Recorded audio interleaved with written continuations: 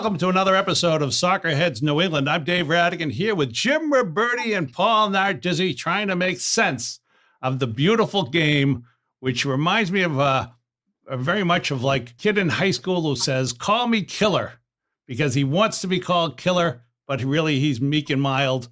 Or the woman or the girl in high school who's always going around saying, "Do you think I'm beautiful? Do you think I'm beautiful? Do you think I'm beautiful?" And she's really not. Do you know what I'm saying, Paul? That reminds you of Jim and I. No, the beautiful game, calling itself the beautiful game. Oh, the game. When you have to call yourself the beautiful game, maybe you're not so beautiful. That's what I'm saying. I don't think it called itself the beautiful game. I think viewers said huh? I think viewers said it's. That's what I'm trying to say. They're trying to sell us on this idea that it's the beautiful game, and it's like it's the beautiful game in which every person who is touched falls down and screams. I find nothing beautiful about that.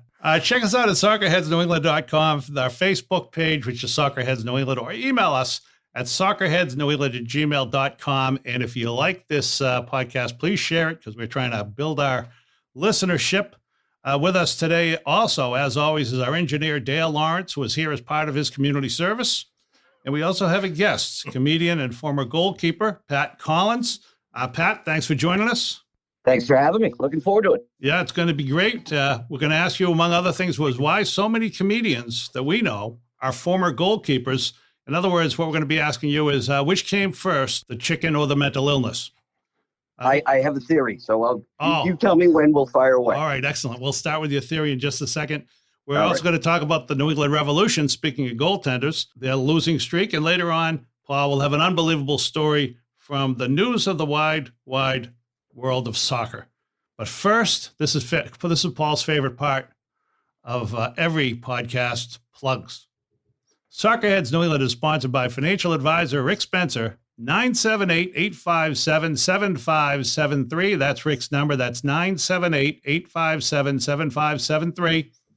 Rick speaks at free seminars for soccer clubs, youth leagues, and the public. He'll help get your kid into college, athlete or not. And Rick's also my financial advisor. And because of him, I no longer rely solely on backroom dice games as my retirement investment strategy. To have Rick come speak to your club, team, league, or group, or to check out one of his free seminars in your area, call him at 978-857-7573. Thank you, Brenda, for that excellent line. Once again, yes, adding to Dave's repertoire. That one was mine. I don't know. What I appreciate is the fact, Paul, that you laughed at it, and I looked over at Jim as I'm reading. I looked up at Jim, and I look at him, he's smiling, and he's clearly thinking about food. Also, if your organization needs to raise money and you want to have a great time doing it, you should have a Soccerheads comedy night. It's more than a comedy show. It's an event that your community will never forget, with soccer-themed humor and giveaways and all kinds of extras. Want to make money and have fun? Email Jim Ruberti at soccerheadsnewengland@gmail.com. Now we're on to the show, and our guest, Pat Collins. And Pat, you've got a theory. Let me just real quickly get to your background, which is you played at Zavarian when you were in high school. I did. And you to this day. Now I'll give you a little context. Yep. Are you being held hostage somewhere? Are you like in a warehouse with your hands tied and the thing on speakerphone? No, I am on speakerphone. I'm in the basement hoping my kids don't come down, so I get a small window for this. Oh, does it sound terrible? How old are you? Well, every so often we get this thing that sounds like you're getting beaten up by gangsters. It sounds like you're in the dryer, to be honest with you. All right, let me move. I'm going to move. How old are your kids? My son is 9 and my daughter's 11. Okay. It's like he just got into the barrel. It was like you gave him the suggestion about the dryer and he climbed in. 9 and 11, you don't want them listening to this show. Yeah, you don't want to. Especially the tabloid story. All right, how's this? Is this better? That is better. You took it off. You took it off of speakerphone, right? Nope, still on speakerphone. Okay. Anyway, all right. Well, okay, good. We'll move it along. You played at Marist College, and you're a soccer guy, but you're not the same kind of soccer head that these two are. You don't wake up in the middle of the night. You don't torture everybody. You don't preach to people that they should be soccer fans. Otherwise, they're bad people. No, I love soccer. I played soccer my whole life. I followed the game, but I wasn't a field player. I haven't played in the field since I was 9 years old. I want to hear Paul's theory first and kind of see where we're going with this, and then I'll fill you. All right. To give you a little bit of context, though, when I started playing, I was the smallest guy on the field, and I was 5'4" in high school. And not that I'm like a psycho and I keep track, but I posted the lowest goals against average, at 0.49 goals against my junior year. I haven't checked in a while, not since the season ended, but I think that still stands. I spent my life playing softball with sports writers, and I could tell you in sports, baseball too, with sports writers. And it's funny because it's been a long time since I played with them, but that was the last time I knew somebody who would name their stats on their way to first base, who could tell me what their average was. I could fire at will. I just want to give you a general overview, but I can go as deep as you want. 0.49. 0.49. And as soon as the season ended, I called the coach. I said, "Where are we at?" He goes, "Not even close." Good. Still stands. This is Severian or Maris? Yeah. Oh, nice. No, Maris. Maris, I have the lowest possible field time. Just field time. You have that record, too. No, honest to God, I went from 0.49 high school stud to didn't get in the game. Played in the spring league. Played against West Point. Played against St. John's. Never got an official Division I Maris game. All right. You also coached a little bit at Blue Hills and at Bishop Feion? I did. Yeah, I was 2 years assistant coach up at Bishop Feion and the head varsity coach for the girls team at Blue Hills for a couple of years. Well, I'm sure then, since you have your goals against average at the Ready, I'm sure you know what your Well, see, I'm glad that stuck in your mind. That's because that was context, because this kind of leads into the whole goalkeepers are a little fucking off. Yep. Because I was also 5'4". So it's literally the last position on the field that, somebody who's 5'4" should be playing. Yeah. And it's the only position I've played since I was 9 years old. So I want to hear where Paul's going with this and then kind of chime in. All right. I just have a quick question. Yeah. 0.49, right? Was your goals against? Did you win the state championship, or is that when you gave up your first goal? Did you lose 1-0 to win the state championship? No. We lost in the semifinals to Durfee High School, and I gave up 2 goals. And once in a while, 3 a.m, I still wake up in a cold fucking sweat. So my guess is at 5'4", you had just probably... hit my finger. Off the top finger. You averaged less than 1 shot a game until the semifinals of the state. Listen. They were a strong defense, but I made considerable more saves than like 6 or 7. Shut the fuck up. So you're saying that it was a situation where they would work their way around the defense, and then they'd look, and then they'd finally see you and say, "Hey, they do have a goalie." You have no idea how accurate that is. I actually coached Pat. I think it was U19. Right? Is that about right? You coached me younger than it was like 14, and then you took a tournament team to the U19s a couple years later. No, Pat was good. Definitely. Can you imagine when they built a wall and you were a striker and you see a wall in front of you and you can't see the goalie anywhere? That's real. That happened. The head coach would get calls from the newspaper and whatnot, and he would lie about how tall I am because he like that. I'm like, I would read the article and be like, 5'8". He goes, "Nobody's going to buy that it's 5'4". I don't even want from the other team knowing that it's 5'4". How were you on? I showed up at Marist. I wasn't a scholarship player, so I had to go earn the spot. Okay. Like there would be a spot for me, and but I had to go down early in the middle of August and whatever. And the second I introduced myself, I could see it. They were polite enough not to say it, but they're like, "Remember that commercial? You're Dr. Galakowitz?" They're like, "You're Pat Collins?" I'm like, "Yes, I am." And I know what they were thinking. They're like, 5'6", not even 5'3". Lucky if he's 5'3". So they hadn't seen tape, or they just recruited you based on your stats? No, they had the stats. They had tape, but I mean, but to walk into the room, they're like, "Holy shit, this kid's a fucking midget." There's no, but it worked out. What? All right. So now, Brad Mastrangelo was a goaltender. I found out 2 more according to Pat. Dave Lamb. That was the guy. No, Dave Lamb. Yeah, Jim Collins was wrong. I was thinking Brad. Oh, okay. Mastrangelo. That's the one. Okay, so Brad Mastrangelo was a goalkeeper in high school. Steve Bjork was a goalkeeper in high school. Well, Brad played in college at Bridgewater. Okay, Brad played in college. How about Dave? Did you say Dave Lamb played as well, Pat? Yeah, I forget what college he played at. And Greg Murphy. Was he a goalie? Greg was. He was. Yeah.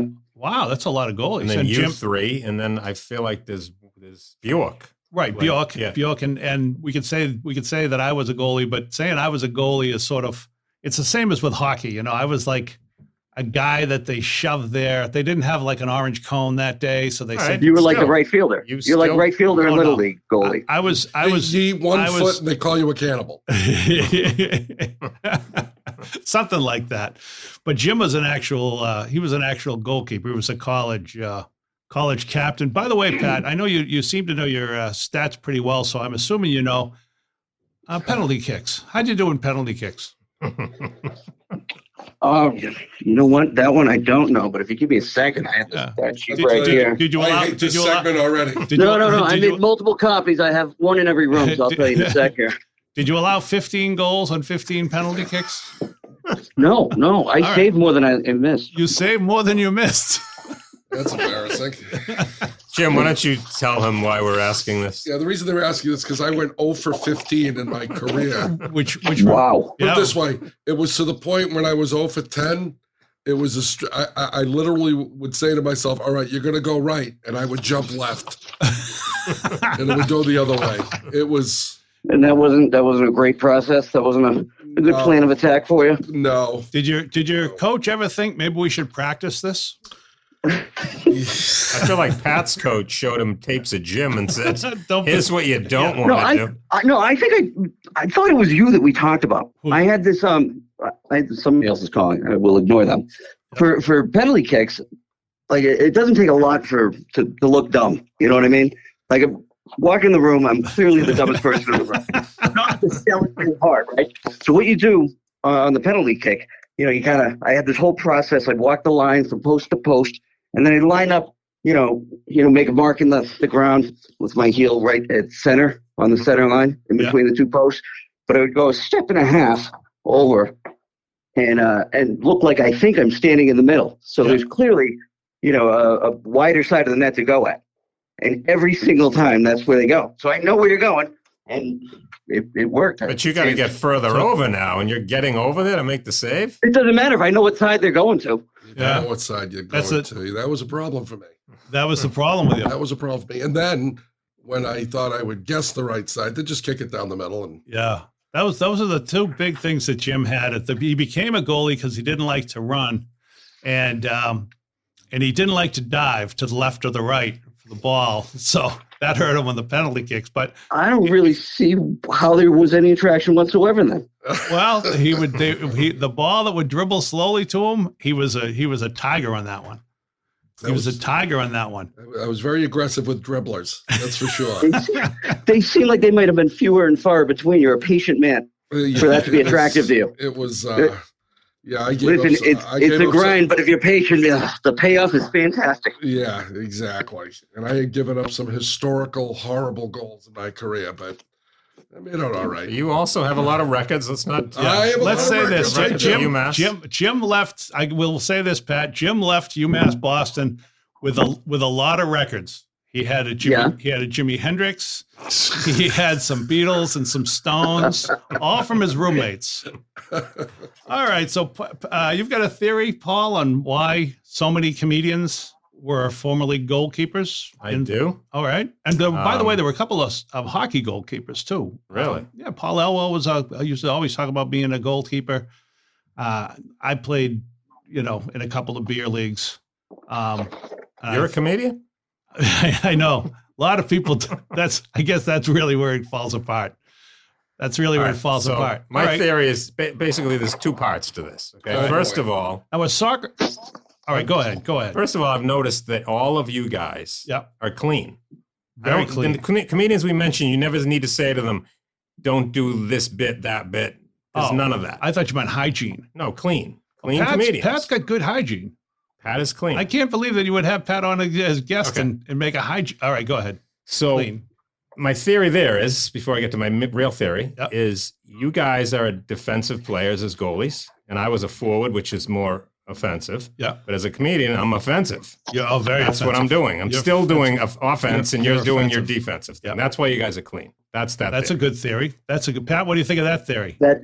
That never even crossed my mind. I know, and because it's nonsense. Jim's pondering it over here. It's nonsense. It's because Jim thinks Jim of all of them, you are the closest, I would say, to maybe a little edgy. Oh, I think Is that fair? I think Very Jim fair. is offensive as anybody that I know. All right. What's the other part of your theory? But the big piece of it is, I think if you're growing up, okay, I think soccer and comedy actually have a lot in common. So if the coach says who wants to play goal, okay, that is the position that is different on the field. Everyone's using their feet. You're going to use both hands and feet. So it takes someone who's thinks outside the box. He's a confident kid, and he's willing to do something no one else wants to do. He's willing to get hurt because you're going to get hurt in there. You need to be aggressive and confident. And if you lose, a lot of times the goalie takes the blame. So all those little qualities help yourself in comedy. So I think when soccer's over and you go, what do I want to do now? Why is it such a stretch to point to comedy and say, well, there's a job where if I bomb, it's all on me. I need to be confident. You got to be aggressive in comedy to be successful, right? Yep. You got to hustle. Yep. And it's an oddball job. It's not something that everybody wants to do. So I don't know why so many, but I think it makes sense now that we have so many to say, well, they have a lot of similarities, these two things. Right. All right. So that's it. I'll go along with that. You will. You'll agree with me. I'm going to agree with you. Well, I'll tell you why. And again, just take it to another sport. And I don't know if this is true but maybe it's a little bit true. You got to be fearless. Yeah, I didn't mention that, but absolutely, you got to be fearless. And I can say this about hockey and catching, which is baseball, obviously. But if you're a catcher or you're a hockey goalie, you've got to be two things. You've got to be the smartest person on the field or on the ice. And at the same time, you've got to be stupid enough to play goalie or catcher. Yeah. And it's a really strange dichotomy, but it's a kind of a mix of smart and stupid. Mm-hmm. So I don't know if that applies to soccer keepers. Like I said, I was not there for. They're known as being oddballs. No, I think I think 100% does. Yeah, why did you become? Why did you choose to be a goalie? Initially, I was more in the Rattigan camp. I didn't want to run, and then it turned out. No, that was Ruberti's camp, but he's true. It is true. I had really good hands and quick hands, and if I got better at this and I stuck it out, I never had to run. I'd have to do the mile, before the season and stuff like that. So that's how I got into it. But I mean, I think anybody who becomes a full-time keeper, I mean, there's a screw loose. There's a disconnect somewhere. Yeah, and it's because of what you said. You have to be stupid enough, and I don't know if it's stupidity, but there's something that there's something upstairs that doesn't. It's stupidity. Well, it's stupidity. We'll go with stupidity. You're going to laugh. There's a classic example. We used to have to do. It was called the country mile, which was really about 4 miles during tryouts, and the run would be about 400 yards from my house. Mm-hmm. I literally ran right to my house, sat on the couch and watched TV. I said, I'm not playing that stupid game. My father came home during tryouts and said, what are you doing here? I go, no way. I'm never running like that in my life.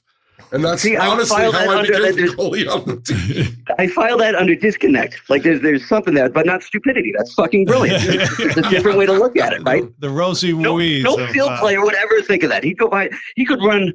Listen, I want you to do 4 miles. Just run around your own house. Do as many laps as it takes. Do 4 miles. That thought would never fucking occur to them to go in and sit down on the couch. We're paying for it now, though. All the running we did. Yeah.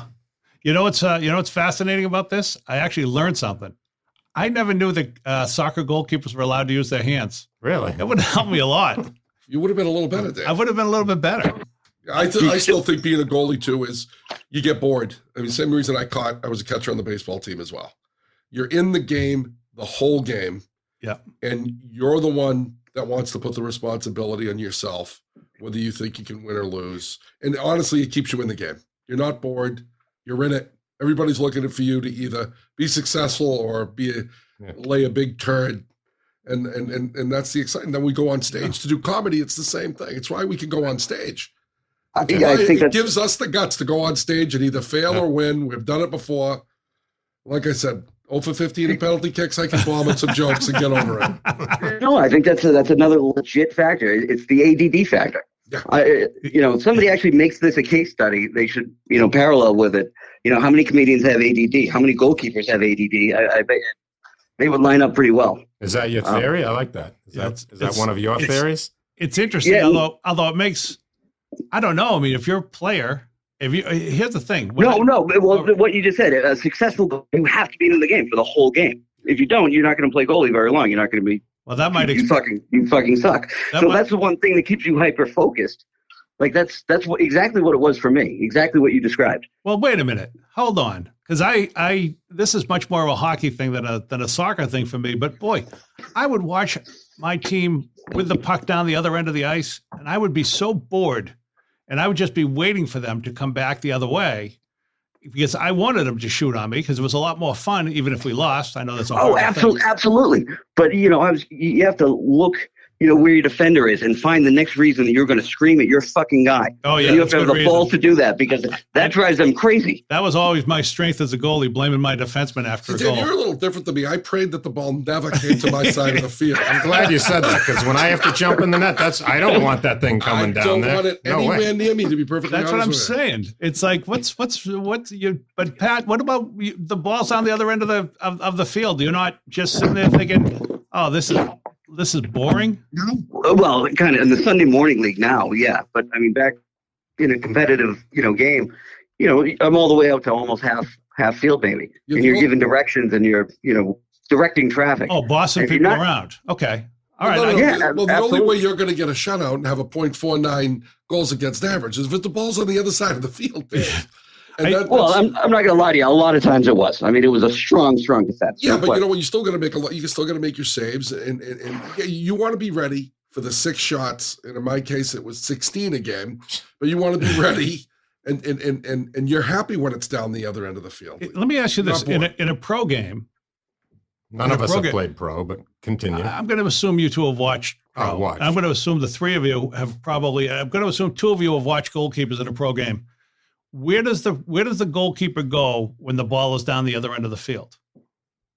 I mean, do you have like a rule where you can't go beyond? I'm not a rule, but an unwritten rule about you don't go too far up because you might get embarrassed.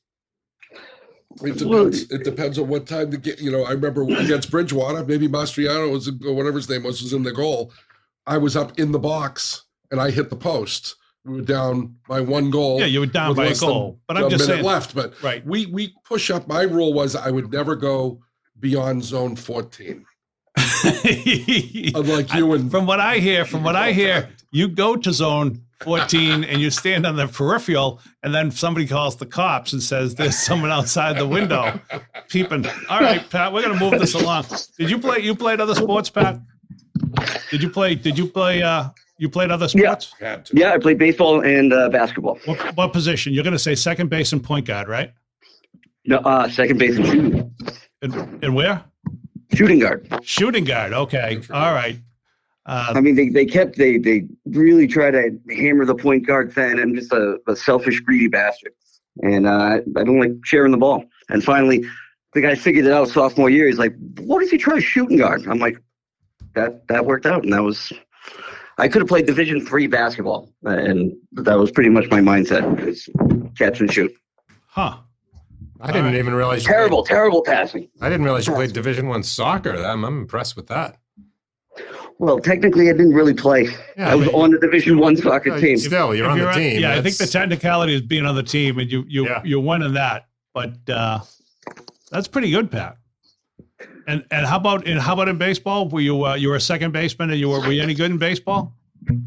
Yeah, I was pretty good. I was on the freshman team in baseball and just kind of lost interest, and then it turned into a softball career. But it was second base most of my life, backup catcher. All right, second. I was just going to say, I don't know what was the most disturbing thing when you said softball career. My softball career. That's really close to saying you're an Alcoholics Anonymous, to be honest with you. Except they never say it because it's supposed to be anonymous. Yeah. So you had a softball career, which meant that you had a drinking problem and you used to play sports in between drinking. Yeah, all right. Nailed it on the head. I can give you those stats too if you want them. I mean, some things don't change. I'm not even shitting. I the Boston Comedy Softball League. I mean, the most beer drinking joke of a league. And every once in a while, 3 a.m, you're only as good as your last game. And that's kind of like a comedy thing too. Yeah. That's only true. As good as your last set. Yeah. If you bomb, you can't wait to get back so you can fucking redeem yourself. And if you do great, you can't wait to get out there and do it again. Rattigan bombs, and it's just another day at the office. Same thing with old fat man softball. Like you fucking blow a play, and I wake up at 3 a.m. in a cold sweat. Fuck, drives me crazy. You know what I've heard about the Boston Comedy? You didn't play in the Boston Comedy Softball League, Paul, did you? No, but I talked to them daily about it. Dustin and Whitman would all inform me about what was going on. Which my understanding was there were a lot of there were Fights. And, fights and bad feelings and people taking it too seriously. And It was giggles. It was giggles, and it was Dave Russo. The whole thing was downhill from there. They took it so serious. They would show up with like 4 guys who were 6'4" that had nothing to do with comedy. And who's this? This is Phil. He works in the kitchen. Like, Phil, you know, some loose connection to comedy, like 4 degrees away, and they would just hit bombs over Stover Drive, and it was whatever it took to win every single year. And Dave Russo? I don't believe this. The guy that does wrestling moves before he goes on stage, does shoulder rolls. I'm not buying this. No, he's normally laid back. He gets out there. He's intense as softball, though. Yeah. Oh no, one of the best memories that I never went, but I heard this is that Russo was trying to help one of the female comic, Kate Nee, hit, and he was giving her advice, and I'm sure he meant well, but he's all amped up and trying to help, and Dan Bulger's nearby with a bat, like waiting to hit or something, and Bulger just says, "Russo, leave her the fuck alone." And that was my personal highlight from the stories that I heard. Hey, look, I'm on the outside. That sounds about. I'm on the outside of this conversation, Pat. So you're 5'4", Russo's 3'7", Bulger weighs 73 pounds. What the hell kind of softball league are we talking about? Whatever picture you're painting in your mind, yeah, it's that. That's what it is. That's what I figured. I'm like, you got 6'4" behemoths from Giggles, got fucking AJ Russo and Bulger over here, and girls. Every team had to have 2 girls, and those 2 girls could have kicked everybody else is on their team's ass all day long. I'll tell you the other thing that I heard about the league was Erin Colleton was Jim Colleton's wife, good athlete, and people used to call Jim's house, or they called Jim and go, "Can Erin play this week?" Really? And nobody cared about Jim playing. Did she ever play? Yeah. Oh yeah, she was good. She was good. One of my favorite Russo stories, he tells me he got in a fight. I won't mention the guy, but he got in a fight with a booker. Okay. And they're fighting in the lobby of this hotel. So I'm picturing, punches. Yeah. You tell me you're in a fight. As he describes it, I realize no punches were thrown. He's wrestling the guy. He used to wrestle. Oh. And he's got him in a small package in the middle of the lobby of the hotel. I got a fun tidbit. I gave Russo a ride to his car. It was maybe a half mile away from where the fuck was it? Across from the garden there, the Greatest Bar. We're in there doing something, and afterwards I give him a lift, and he gets in the passenger side, and he's got all this stuff. He's got mints, and he's got this, and he's got no pockets to put them in. And I'm like, what is that? It's a mouth guard. I'm like, why are you carrying around a mouth guard? He goes, I always have a mouth guard. Because I'll tell you this, if you're walking down an alley and it looks like you're going to have a beef, you take a step back and you go, all right, you throw the mouth guard. Whether you actually fight or you don't, that guy automatically is going, what the fuckity fuck is about to happen now? I'm like, that's kind of brilliant. I love that. There's a disconnect. That's not stupid, though. That's fucking brilliant. That is really. I'd be honestly thinking, well, at least he's not. I know he's not going to bite me. Then Dave puts his. No, I would think if I knew Russo, that would be my first thought. Yeah, right. That wouldn't be my first thought if this little guy that I didn't know just turned around, didn't blink, and goes, "All right, let me throw this in." You know what? let's rethink this. I don't really have time for this right now, little man. You're lucky. See you later. I bet Russo would have been a good goalie. I bet absolutely. If he played soccer, he would have been a goalie. Yeah. No question. That's it was the softball league is kind of what got me going on the connection between comedians and goalies, because I think it was Dave Lamb. He was playing shortstop, and there was a screamer, and the way he went down, and it was like a penalty kick save. Yeah. So I just randomly asked him, I'm like, hey, Dave, I'm just curious. Are you a soccer guy? And he goes, oh, yeah, I played keeper. I played a blah, blah, blah. I'm like, no shit. You can kind of spot, if you're looking for him, you can kind of spot who the goalies are. And Except Jim, you can notice. Yeah. What's funny is you were saying that. You said Dave Lamb, he went down just like stopping a penalty kick shot. And Jim looked totally confused here. Jim turned off his microphone. What does that look like? I don't know. But Hey, Pat, in order for you to be a good goalie, though, and this drives me crazy. I watch all these games all the time, and these keepers coming off their line all the time. yeah, At your height, there's no way you are coming out too far, right? You Well- had a better chance making saves the shallow you were in the goal, correct? yes and no. I was the more aggressive, the faster I can get to the ball, the more shots I can prevent. The better off I was. But if I have to go up for 50-50 ball, I'm going to have a problem. Yeah. But the thing that allowed me to play is the fact I could leap like a lunatic. So I could get up and, but if somebody's 6'4" and they're 3 inches off the ground and they're coming at you, it's everything I have to get up there just to make a punch save or to grab the ball. So you're vulnerable and you get taken out and whatever. So no, not an ideal situation Yeah, that's what I figured. for sure. It's been driving me crazy. I've been watching it for a few years now closely, and I'm seeing a lot of these goals going over their heads. And if they literally took maybe 2 steps back, they're goals they could have had. And I understand the aggressive thing, but just keep pushing out, and make it easier for the forwards. I think every goalie has to kind of adjust to what their ability is and know what they can do and where they're comfortable and what their range is and shit like that. Well, actually, what was that, Pat? You fell down the stairs just now? Was it me? Are you playing goal right now? Yeah. The thing about a goalie realizing his strengths and adjusting to his strengths and his abilities, I actually did that. I did that and I quit. See, but that's a strong assessment. So that's a keeper quality right there. So now you're full time in the category now. Oh, excellent. So There you the speaking of goalkeepers and issues surrounding goalkeepers, the New England Revolution have lost 4 straight. I think it's 4 straight MLS and 5 straight overall. Have you guys seen these games? The New England Revolution, they're an MLS club. They're based in Foxborough. I'm looking around the table, Pat, and I'm seeing nothing. It's a verboten subject at this point. Yes. I can't tell. I can't tell if I'm bringing something up at a funeral or if it's just time for these two to eat. It's hard to say. It's a touchy subject. I'll give you a couple of alarming stats. So Arena has lost 4 straight since his career started. Yeah.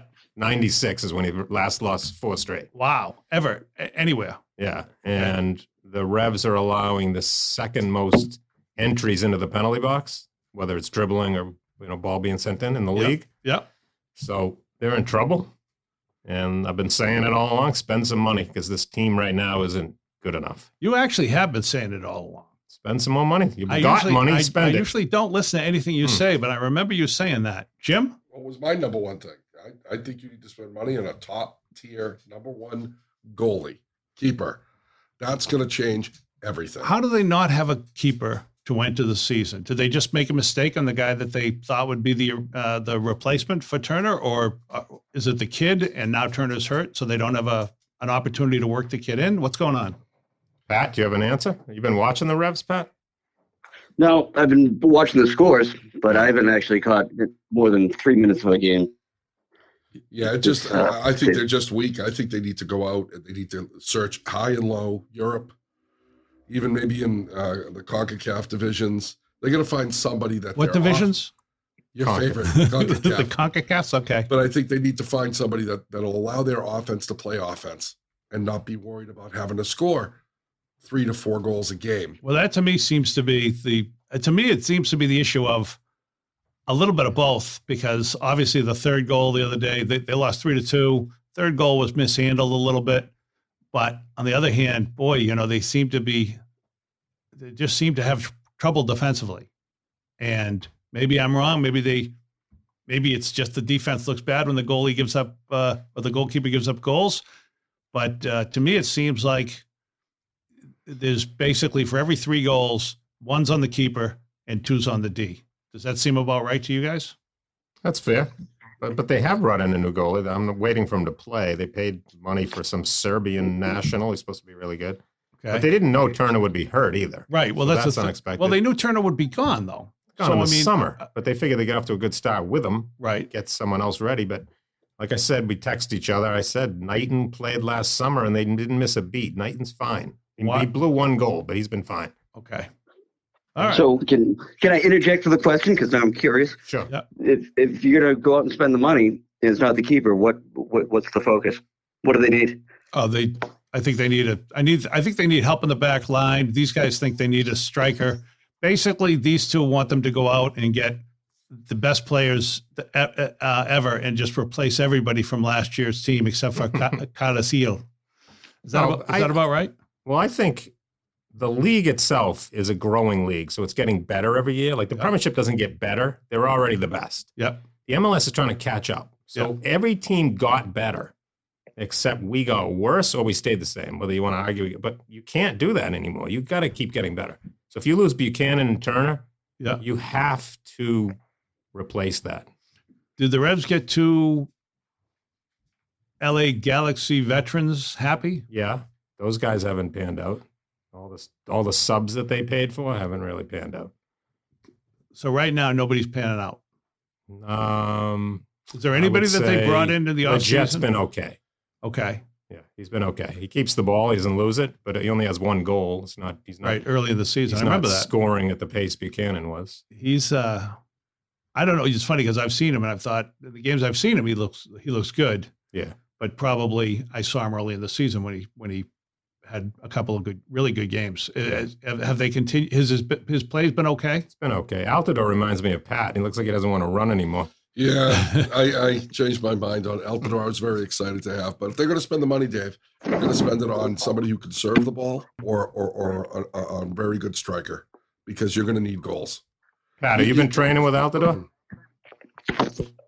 You know, Paul, I don't think you fully appreciate, the mentality and the mental strength. It looks like I don't want to fucking run. It's because I'm conserving my mental energy. It's a look. It's similar look. Shut the fuck up. No, I'm not. I know what you're saying. I understand how it might look that way, but no. No, I've not been training with Altidore. He looks a little heavy. He looks like, I know where you go. We don't really have to go into detail. I picked up what you were laying down. Thank you. That's just cruel. So let me ask you a comedy question, Pat. Did that work ethic carry over to comedy, or do you think you work hard as a comedian? I don't know. I mean, yeah, I think I work hard I don't know if it's a direct carryover. I certainly work hard as a comedian. Absolutely. Yeah. I mean, I was being sarcastic. I mean, 100%. I never wanted to fucking run. If it looked that way, that's because that's what it was. So you caught me off guard. Yeah. I mean, is the question, do you work hard as a comedian? I would tell you absolutely. Yeah. Wait.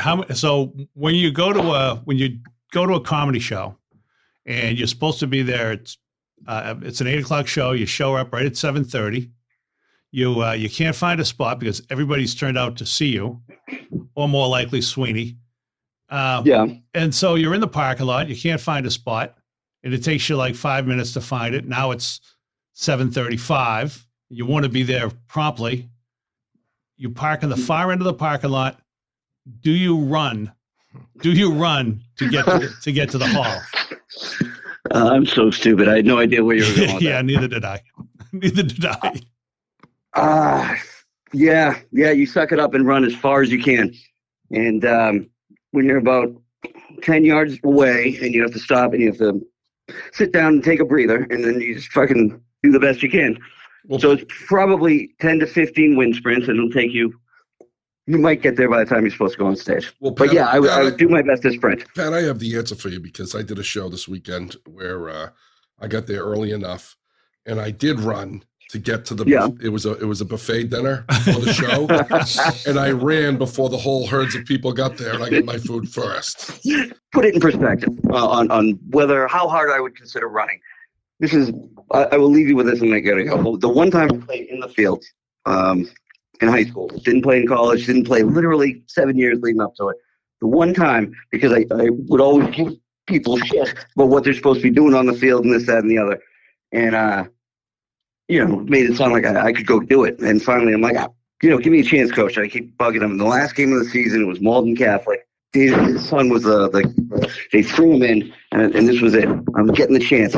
They put me in the field. I swear to God, I had something to prove. You know what I mean? Yeah. So my first touch, I went left, and the guy came at me, and I deked, and I went right around him, and I'm like, holy shit, I can't believe that worked. I went right up the field, shoulder to shoulder. Kids were bouncing off me, and I fired one, went right over the left top-hand corner, and literally did anything that I wanted all game. Like I was fucking Pele out there. After the game, like everybody from the other team, Malden Catholic kids were coming up to me going, that's a great game. Parents from the other team, Malden Catholic, literally applauding me going, outstanding work. And I'm going, I told you there's nothing to it. I don't know what you fucking field pansies bitch and moan about and if I wasn't such a dick, I would never know. I never would have found out that the other two captains of the team, they told the kids on Malden Catholic that this was going to be my last game because leukemia. Oh my God! They were falling off of me, just getting out of my way. I had no idea, and I was such a dick in the locker room after the game. Just fucking, 2 years. If I knew it was this easy, if I could have been in the field and in the goal, this season would have been a lot better off. Fucking all of us, but I can't do it all, fellas. But I mean, did you watch what just happened out there? And finally, they had enough. They had to pull me aside and tell me. But literally, the parents on the other team, word had spread. It was terminal. It's going to be quick, and it was like that Make-A-Wish kid out there. So you saying that when I do my next comedy show, I should start off with "I have leukemia," so please laugh. That never occurred to me either. I think you we should, call that no, somebody should say it before you get up there. Oh, then I have. Oh, okay. So have somebody. He obviously hasn't started word. treatments yet. Exactly. We'll say this. Why is that never done to me? The Make-A-Wish Foundation, the Make-A-Wish kid approach to comedy. See, that's not a bad idea. This is the bucket list. One thing he wants to do. He hasn't crossed it off yet. Let's give him a big round of applause and then laugh a little bit, please, huh? All right. Hey, Pat. Can you imagine that though? I mean, I fucking bought it. That's a great 5 minutes. I thought I was the best soccer player ever to take the field. That's a wicked great funny. story. That's wicked funny. All right, so we have a story even better than that, even more unbelievable than that, Pat. Can you stay for Paul's story from the wide world of soccer?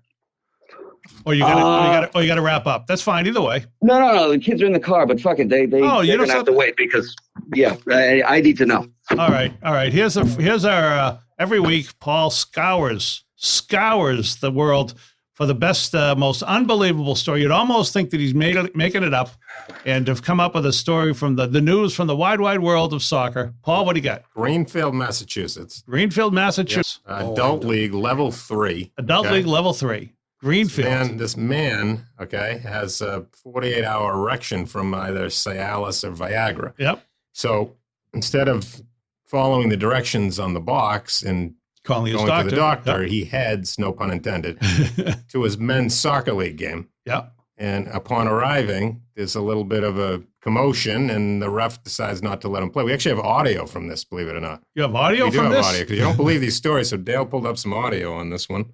All right. Hey, creepo! You can't play with that thing! This is a soccer game, not a sword fight! My God! Where are these players coming from? Hey, pick up your balls and go home, will you? You freak! Wow. That's the ref, evidently. Yeah, that's pretty good. Greenfield. That's pretty good audio visual for a men's league Division III game. I was having flashbacks. Evidently, someone was wearing a wire. Somebody was I was having flashbacks to my honeymoon night with that conversation. Yeah, somebody was a real forward thinker. So I better record this. I think something's gonna come of this one. When I first heard the story, I was excited that Jim was back playing men's league soccer. I had no idea. And Jim always says the goalie's supposed to make himself large. I thought, oh, here we go again. All right. Listen, I had a great game against Greenfield Community College back in the day. Did you play them? Yes, I did. Was it out there? It was out. Well, I played for North Adams State College in so you were already out there. My brief career at North Adams State. Yeah. Oh. Yeah. Yeah, they've still got the statue to you, right? Oh, sure they do. Yeah. You're going to statue, all right. All right. Hey, Pat Collins, thanks very much. I'm going to let you go because you're going to bring your kids to wherever you're going to bring them. Thanks for joining us. Thanks, Pat. Hey, thanks, guys. A lot of fun. I will see you guys soon. Sounds good. Take care. Sounds good. We should have let him plug his gig. I'm sure he had a gig this weekend. We'll say it was at the Fox and Hounds in Quincy. You can catch Pat at the Fox and Hounds in Quincy. He's there a lot. I'll be there myself, May 7th. May 7th, is Pat on the show? I'm not sure. We'll just say he is. No. Let's just say he is. What's that? What's that sound? What's that sound? Somebody got a pinball machine? Most people, when they have a Whopper, they're talking about Burger King. But Jim, tell us what you're eating. Jim can't make it through a show without having a Whopper before the end of the show. What type of Whopper, Jim? Oh, those are the malted milk ball Whoppers, everybody. We're like a minute from wrapping up. I know. I couldn't take it anymore. They were sitting on the table, and they defeat cholesterol. That's what I heard. Your battle against cholesterol? Yes. You sure you read that right? My uphill battle. All right. Anything else before we wrap it up? I think that is it. Beautiful. All right. That's it for this episode of Soccerheads New England. We'll be back next week. And we'd like to thank, as always, our sponsor, financial advisor, Rick Spencer. Call Rick at 978-857-7573. And soon you too will live like Jim Ruberti, who has his groceries delivered personally by Jeff Bezos. Don't forget, for fundraising, the Soccerheads Comedy Night. For your soccer team, league, club, or whatever, the Soccerheads will make your fundraiser more than a show. We'll make it an experience. For Paul Nardizzi, Jim Ruberti, Dave Rattigan, our engineer Dale Lawrence, and our guest, Pat Collins, this has been Soccerheads New England.